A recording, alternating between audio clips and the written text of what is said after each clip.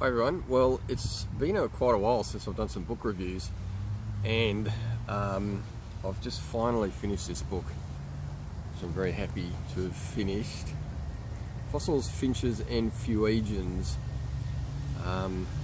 Charles Darwin's Adventures and Discoveries on the Beagle, 1832 to 1836, by Richard Keynes, who was a great-grandson of Darwin himself. And look, this was a really challenging book for me. Yeah, it wasn't what I was expecting, and that slowed me down to begin with. Probably took me a couple of months to get halfway through it, and I get really annoyed when I find books slow to read. So then I get my act together, and I've probably finished the last half of it, maybe in the last week or two or something. And you know, the more effort I put into it, the more I got out of it, to be honest. And I think also, just to think about things and to read effectively, you need to free your mind up, and you need to not be thinking about a lot of trivial things, and just so I can be more productive with a whole lot of things, I've got rid of Instagram and Facebook off my phone. I don't read online newspapers anymore, and I've just got more space for thinking, which is helping me with my writing, but also reading. So yeah, look, this was still a challenging book, and it, you know, I've got lots of pros and cons about it. So it's almost like the author, Richard Keynes, got his journals and transcribed them. This happened on this day, and then he kind of paraphrases. But some of it's condensed, but it really is a low level. You feel like you're on the journey with Darwin, which is pretty cool in a lot of respects. But he spent so much time in South America, and I know so little of the geography in the area there and everything. I mean, it could have been anywhere. It was all, to me, much of a muchness. So I was kind of a little bit lost with all the South American stuff. I mean, I could put some work in researching different areas and that in South America that they were talking about, but it was almost, like I was saying, a one-on-one transcription, but some bits were condensed. But anyway, you're very much low level on the ground with Charles on his amazing adventure. And so if that's what you're looking for, that's great. Probably what I was hoping for was a bit more of a macro view, a bit more interpretive, a bit further back. And there is certainly parts of that in this book, but for me, I probably would have liked more of that. But that's not the fault of the book, that's just me. I mean, I got this for $5 at the market, so I was happy just because I wanted to read about Darwin, and you know, I wasn't judgmental about what the book was like, you know, when I bought it. So if that's the kind of book you want, where it's kind of low level, almost day in, day out, then this is really good for that. And that's a useful resource too, because I could see people might like that, particularly if they're wanting to write a film about him or something. But anyway, so just for my taste, there was a bit too much of that and not enough interpretive overview, but even though there was some elements of it. A few things about the narrative voice kind of bugged me.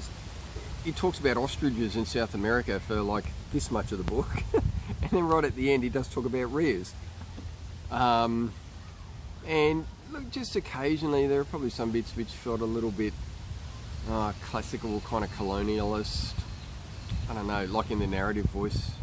It's totally okay for any of the Charles or any of the people from the 1800s to, you know, to when you read that in their writing, then that's okay, because they're a product of their times, and you want to accurately reflect what they and their times were like.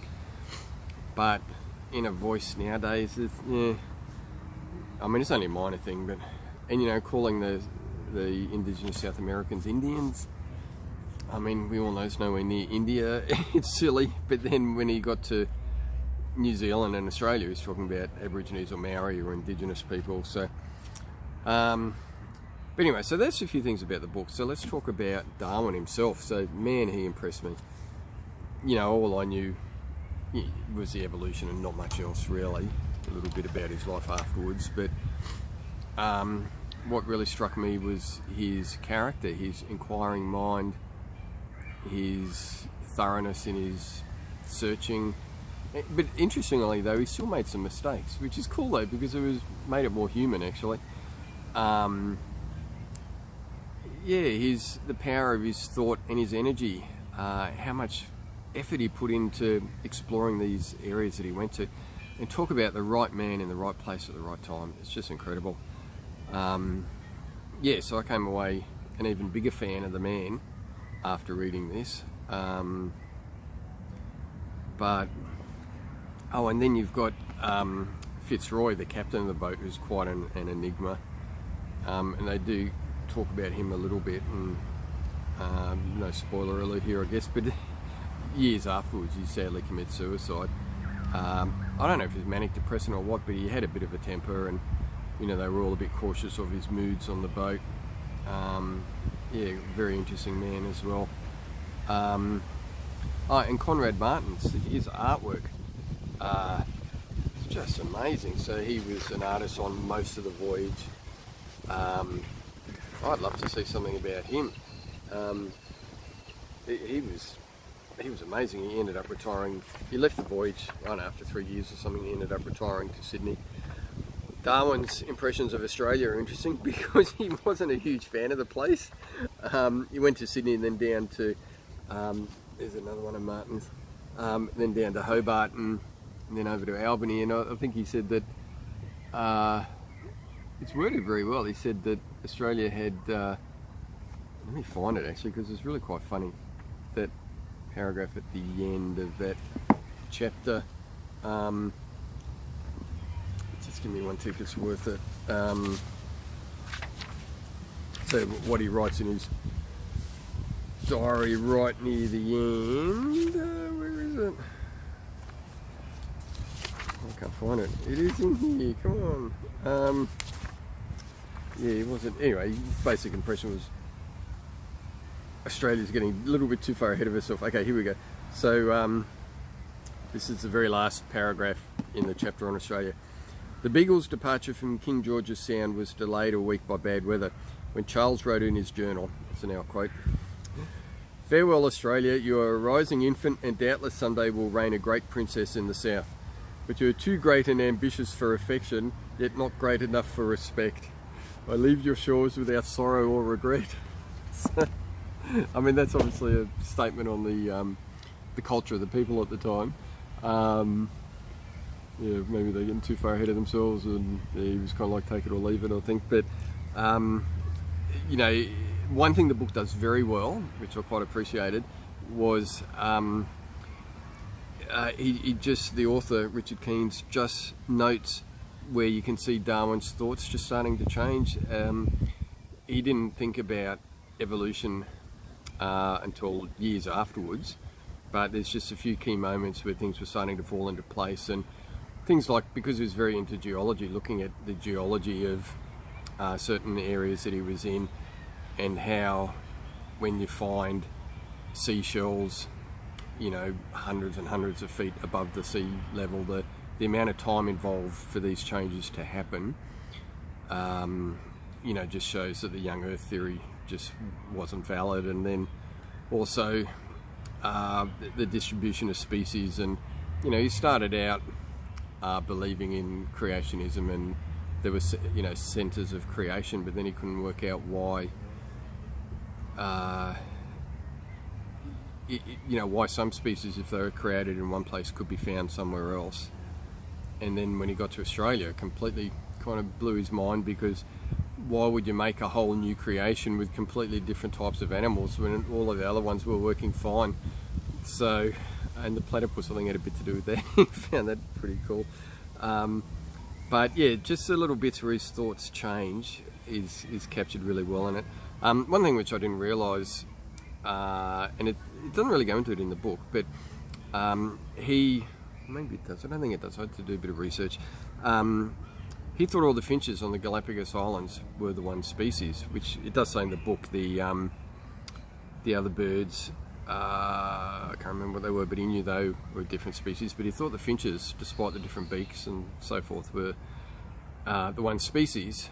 But John Gould actually told him that they were different species. He came and inspected the specimens that he had. So yeah, I mean, there's little bits that he misses, and just the connection with Gould is cool. And then you know, Lyle, all of the big names of English science in the early to mid 1800s. Richard Owen's fossils, who ended up being a big opponent of Darwin and evolution. And yeah, they talk a little bit about, because most of it's just the journey from 1832 to 1836 on the Beagle. Then there's a bit of a chapter or two just on how he ended up coming up with the theory of evolution, and his reaction when he found out Alfred Russel Wallace had thought about almost exactly the same thing, and he wasn't upset that someone had pipped him to the post. He was upset that he thought some people would think that he was deceptive, like that Charles was deceptive and stealing someone else's idea.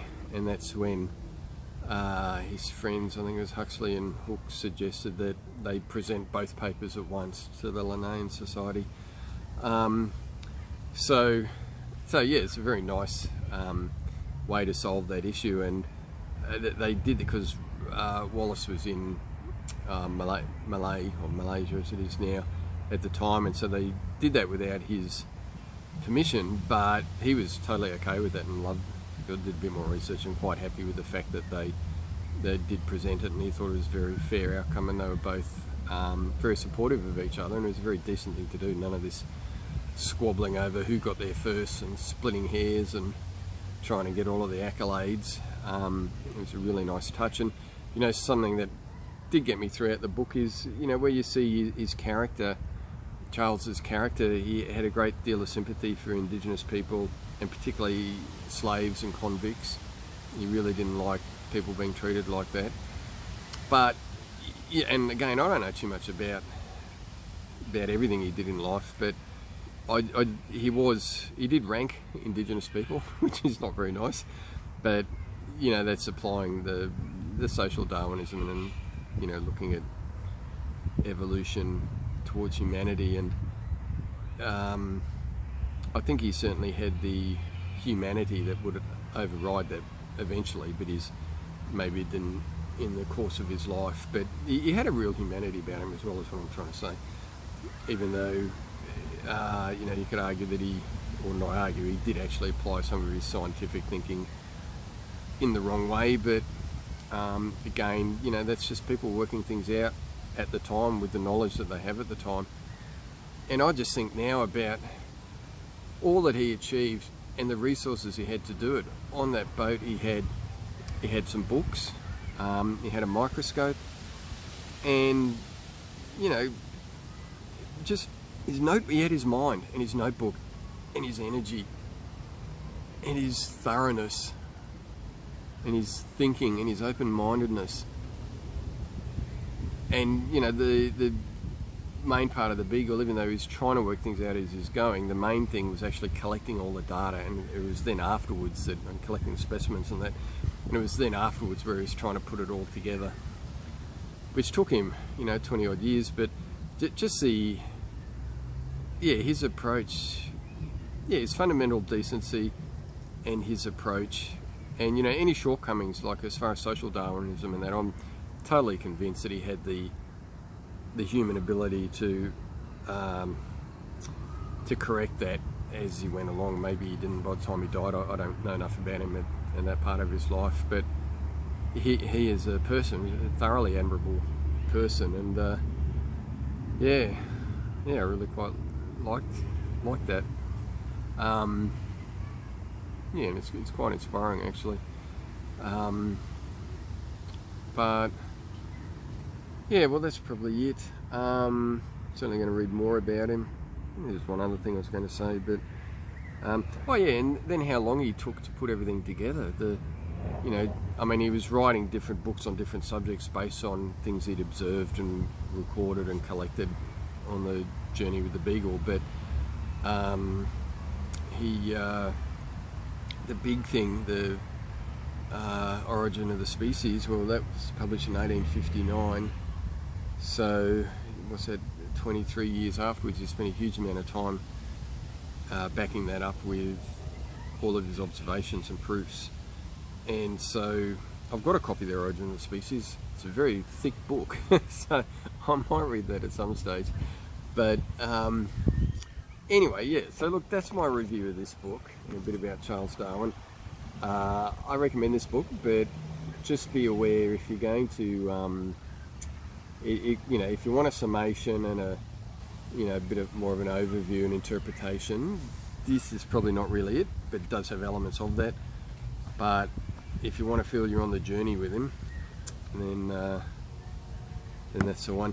And little fun fact, okay, so the city of Darwin, I always wondered about the connection. The Beagle did go there, but that was after, that might have been 1838 or 39 or 40 or something, can't remember. I read about it the other day. So it was after Charles had left, the Beagle visited, and so the port of, in honour of Charles Darwin, they named the port of Darwin, well, they named it Port Darwin, and that was before there was even a European settlement there.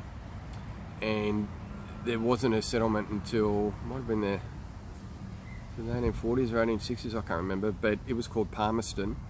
And then I think it was 1910, just to avoid confusion. So you'd have the town of Palmerston in the port of Darwin. To avoid confusion, they named it, they named the town Darwin. So just to make it the same as the port, and I guess the port took precedence. Maybe that was more of a significant place. People knew they were going to Port Darwin rather than Palmerston. And I guess they had been going there prior to the European settlement. So, so they changed the name of the town to match the port, which was named in honour of Charles Darwin. Anyway, but the funny thing is, if you look at Sydney, so Sydney is on Port Jackson, but they changed, everyone calls Port Jackson Sydney Harbour, so they kind of did the same thing the other way around, just to avoid confusion. So it's all Sydney. Anyway, that's it. Yes, I recommend this book, but just be aware what you're going to be getting when you read it. So it was pretty cool though. Again, thanks guys, bye.